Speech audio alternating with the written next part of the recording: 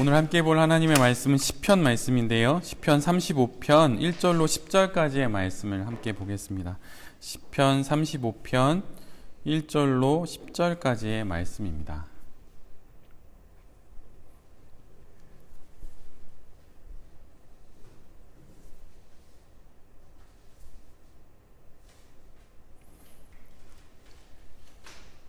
다 찾으셨으면 한 절씩 교독했으면 좋겠는데요. 시편 35편 1절로 10절까지의 말씀 한 절씩 교독하고 하나의 말씀 보겠습니다. 제가 봅니다. 여호와여, 나와 다투는 자와 다투시고 나와 싸우는 자와 싸우소서. 창을 빼사 나를 쫓는 자의 길을 막으시고 또 내 영혼에게 나는 내 구원이라 이르소서.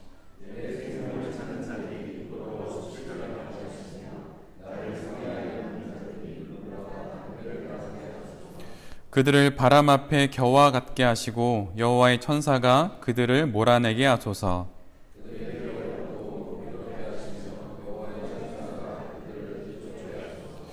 그들이 까닭 없이 나를 잡으려고 그들의 그물을 웅덩이에 숨기며 까닭 없이 내 생명을 해하려고 함정을 팠사오니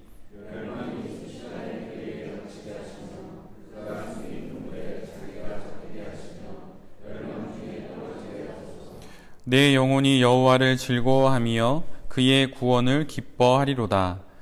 내 모든 뼈가 이르기를 여호와 같은 이가 누구냐?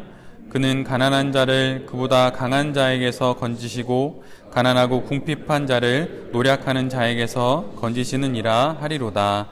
아멘. 오늘은 시편 35편의 말씀을 가지고 안의 고백으로 하는 사업, 안내 고백으로 하는 사업이라고 하는 제목으로 함께 하나님 말씀을 나누도록 하겠습니다.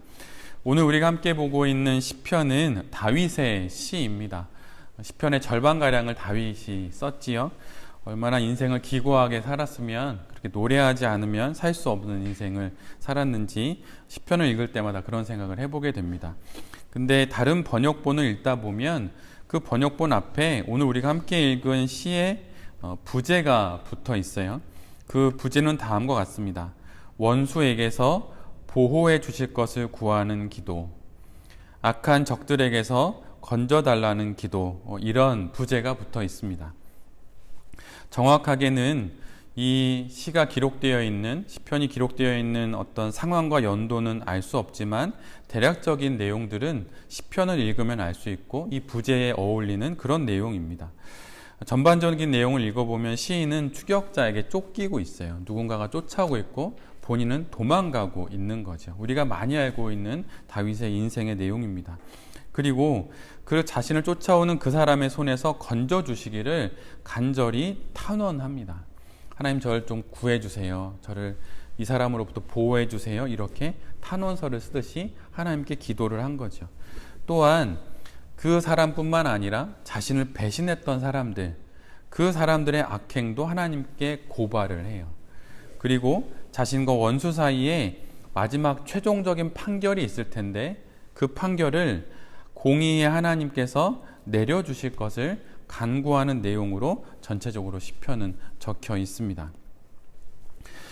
이런 내용 가운데 다윗은 자신의 모든 바램을 오늘 본문 3절에서 하나님께 이렇게 요청하고 있어요. 그것은 무엇이냐면 나는 내 구원이다, 이렇게 말씀해 주십시오라고 다윗은 고백을 합니다. 3절을 제가 읽어드리면 창을 빼사 나를 쫓아오는 자의 길을 막으시고 또 내 영혼에게 나는 너의 구원이다, 이렇게 말씀해 달라고 다윗은 하나님께 기도를 합니다. 어떤 위기에 있든 어떤 위험에 있든 어떤 고난에 있든 어떤 어려움에 있든 하나님께서 그 말씀만 해주시면 내가 견뎌낼 수 있겠다라고 다윗이 하나님께 기도를 드리는 거예요. 그리고 다윗은 자신을 이렇게 구원하실 그 하나님께서 하실 일에 대한 자신의 믿음을 오늘 우리가 함께 본 10절의 말씀을 통해서 고백을 합니다. 그런데 이 말씀은 새번역 성경으로 읽어드릴 때 더욱더 그 의미가 깊게 다가와요.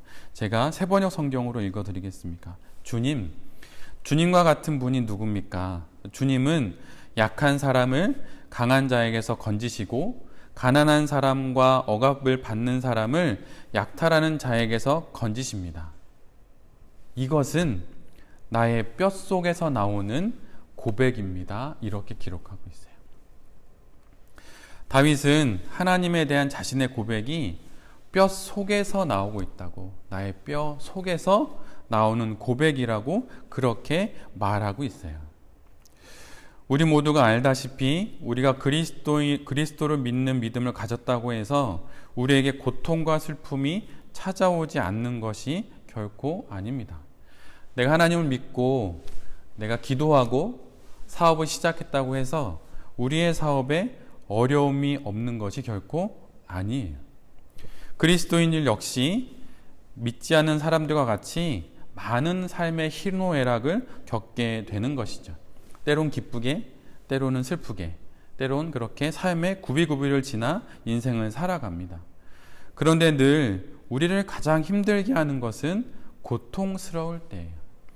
오랜 기간 기도하면서 사업을 했는데 사업이 잘 안 돼요.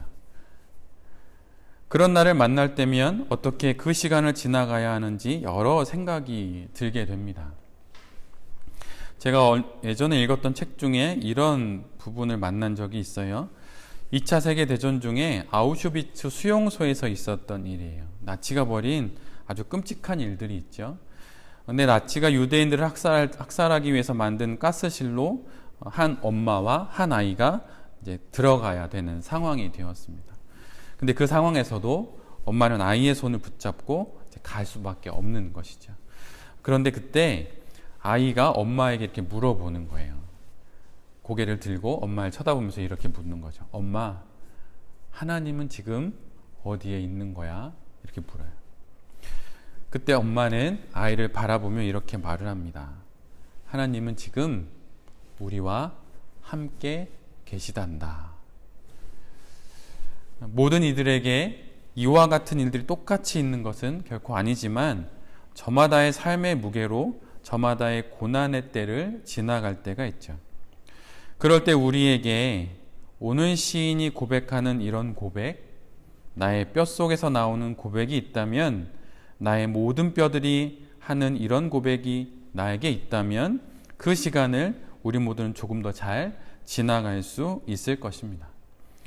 사업을 하다 보면 어려운 일을 만날 때가 있고 나의 바램과 달리 일이 잘 안 될 때가 있을 수 있죠. 목회도 그런 것 같아요. 목회가 잘 되면 집안이 시끄럽고 집안이 조용하면 또 목회가 안 되고 성도들하고 관계는 좋은데 또 아내하고 관계가 안 좋고 막 이렇게 복잡한 일들이 많이 있고 재정도 어렵거나 몸이 아프거나 막 복잡한 일들이 많이 있습니다. 예상하지 못했던 많은 상황들을 만나게 돼요. 근데 그때 우리가 어떻게 그 상황을 지나갈 수 있을까요? 아무리 좋은 조언을 해도 그럴듯한 경영서적을 읽어도 목회에 관련된 책이 얼마나 많습니까? 다 읽어도 그게 내 마음을 울리지 못해요. 근데 그때 나의 뼛속에서 나오는 안으로부터의 고백이 있다면 그 시간을 지나갈 수가 있게 되는 것입니다. 그림을 가르치는 어떤 선생님의 이런 말을 들은 적이 있어요. 그 선생님이 이제 아이들을 데려놓고 이제 그림을 가르치잖아요. 초상화를 그리라고 이제 아이들에게 이야기를 합니다. 그러면 대부분의 학생들이 지금 자기가 보고 있는 그 인물을 똑같이 그리려고 부단히 애를 쓴다는 거예요. 그런데 그러면 그럴수록 생명력이 없는 초상화만 계속 학생들이 그리는 겁니다. 그 그림을 보고 선생님은 학생들에게 이렇게 이야기를 한다고 해요. 초상화를 그릴 때 가장 중요한 것은 인물의 외면이 아니다. 그 인물의 내면을 그려내는 것이다. 인물을 마치 정밀 묘사하듯이 그렇게 나의 화폭에 담으려고 하다 보면 그 인물이 풍기는 분위기나 느낌들을 다 놓쳐버린다고 하는 거예요. 그래서 전혀 내 앞에 있는 인물과는 상관없는 그런 그림을 그린다고 하는 것이죠. 그래서 그분은 이렇게 이야기를 한다고 해요. 초상화를 그릴 때는 그 인물의 안에 있는 것을 담으려고 해야 비로소 생명력 있는 그림을 그리게 된다고 그렇게 가르친다고 합니다. 그래서 초상화를 그릴 때는 밖에 있는 것을 보고 그리는 것이 아니라 안으로부터 밖을 그려내는 거예요. 그래서 그 안에 있는 인품을 통해서 선을 그리고 그 사람의 내면에 느끼는 그 어떤 느낌들을 통해서 그 사람의 눈썹도 그리고 이렇게 되는 것이죠. 사업 역시 마찬가지가 아닐까 생각이 듭니다. 안으로부터 비롯되어 있는 것이 밖으로 드러날 때 그것이 진짜 단단한 사업, 견고한 사업이 되는 것이죠. 그렇다면 그 안이 무엇일까요? 그것은 바로 나의 뼛속에서부터 나오는 고백, 바로 그것입니다. 그 고백이 무엇일까요? 그것은 오늘 다윗이 하고 있는 고백이에요. 하나님, 나의 구원이 되어 주십시오. 하나님, 내 사업의 구원이 돼 주십시오. 하나님, 내 목회의 구원이 돼 주십시오. 이런 고백이 내 안에 있을 때 우리가 사업의 수많은 사연들을 만나고 사건들을 만나도 그 모든 때들을 지나갈 수 있게 되는 것이죠. 바로 이런 고백을 우리가 혼자 할 수 없으니 함께 모여 하라고 베이직 랩이 5년 전에 이곳에 세워진 것입니다. 혼자 하면 쉽게 무너지죠. 그러나 함께 하면 알게 모르게 서로에게 영향을 주고 받으면서 또한 이끌리면서 나아가게 됩니다. 매주 월요일에 이렇게 예배드리는 것이 아주 희미한 듯 보이지만 우리 안에, 그리고 사업가인 나의 영혼의 뼈 안에 다윗의 고백과 같은 사업의 고백을 새겨 넣는 바로 그런 시간이에요.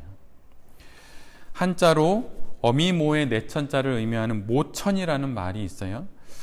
이 말은 물고기가 태어나서 바다로 내려갈 때까지 자란 그 하천을 의미하는, 마치 어머니의 품 같은 그런 걸 말하는 거죠. 그렇게 장성한 연어는 바다로 향하게 됩니다. 그러다가 다시 알을 낳기 위해 모천으로 올라오죠. 여러 수많은 대양에서의 여러 위험들을 뚫고 강줄기에 들어섭니다. 그런데 강줄기에 들어서면 강태공들의 미끼가 드리워져서 연어들을 끊임없이 유혹을 해요. 그리고 때로는 낙차가 큰 물질기를 만나서 그 연한 몸을 바위에 부딪히고 또 부딪히면서 강물을 거슬러 오르고 또 올라야 합니다. 그러다가 마침내 모천에 도착하여서 알을 낳게 되죠. 그렇게 생명은 이어지게 됩니다. 베이직 랩이 우리의 30년, 40년, 50년, 60년 인생 중에 지난 5년 전에 우리에게 다가왔어요. 그리고 저는 뜻하지 않게 베이직 랩에서 교회를 시작하게 되었죠. 베이직 랩이 우리에게 신앙으로 사업을 한다는 우리에게 그런 신앙의 모천이 되라고 하나님이 우리에게 주신 것은 아닌가라고 생각해 보게 됩니다. 저의 목회의 여정에 저는 개척을 생각해 본 적이 없어요. 그런 난데없이 2017년에 한 달에 한 번 베레베 와서 설교를 해달라는 장로님의 요청에 할 수 있는 부분이니까 하게 되었고, 제가 그때 우리 대표님들에게 말씀드렸던 것은 무엇이었냐면 이런 이야기였어요. 마치 저는 후방에서 열심히 뛰라고 막 대표님들을 이렇게 뒤에서 등 떠밀어서 이 세상 속으로 내보내는 것만 같다. 그래서 마음속에 미안함이 있다라는 이야기를 설교 중에 제가 했어요. 그런데 몇 년 지나서 제가 그곳에 같이 있게 된 거예요. 그래서 저도 사실은 베이직 랩이 제 목회의 여정에 모천이라는 생각을 사실 많이 합니다. 베랩을 안 만났으면, 그리고 만약 대표님들의 사업들을 제가 못 봤으면 개척 안 했을 것 같아요. 근데 봐버려가지고 개척을 하게 됐어요. 네. 근데 베이직 랩에서 사업을 하는 우리 대표님들이나 저나 마찬가지인 것 같아요. 그런데 제 마음속에 또 한 가지 드는 생각이 있습니다. 베랩에서 목회를 하라고 하는 것, 또 베랩에서 사업을 하라고 하는 것은 무슨 뜻일까? 근데 저에게는 이런 마음으로 다가옵니다. 하나님의 뜻, 그것이 뭘까? 근데 아마도 모험을 하라는 것은 아닐까? 이런 생각을 사실은 해보게 됩니다. 그래서 여지껏 해보지 못했던 그런 모험적인 목회를 하라고 대표님들의 사업을 보고 또 베랩의 교회를 시작하게 하신 것은 아닌가, 이런 생각을 해보게 돼요.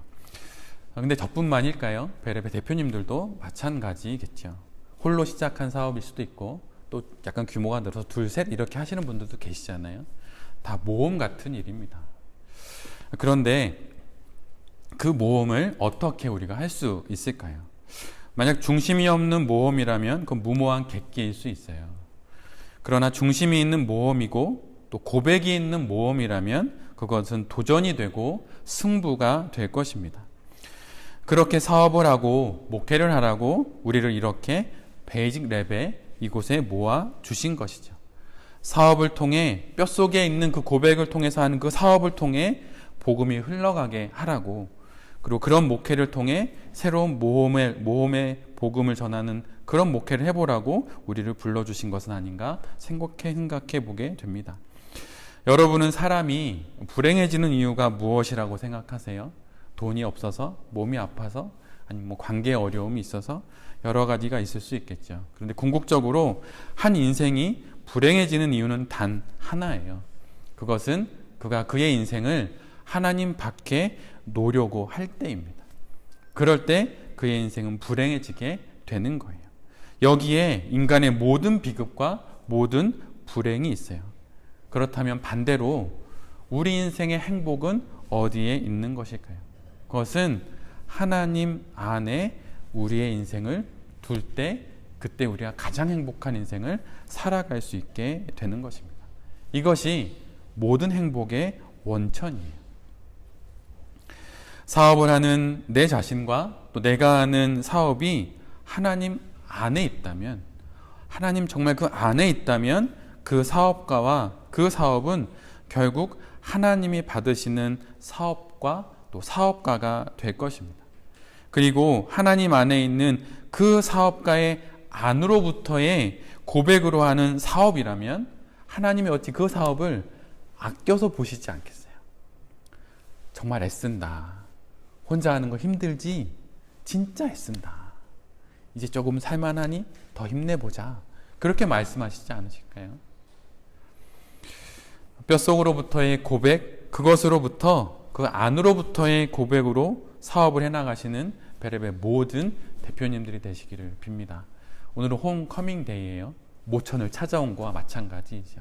또 흩어져서 다시 사업을 하고 또 월요일마다 또 우리는 예배로 함께 만나게 될 것입니다. 그때 이 한 가지 사실을 꼭 기억하셨으면 좋겠어요. 누구를 만나든 어떤 사건을 만나든 어떤 사연을 만나든 이 고백만 하실 수 있으면 우린 모두 살아갈 수 있습니다. 하나님, 당신이 나의 구원입니다.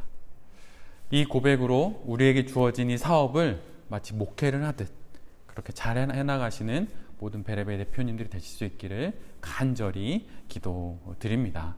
아멘.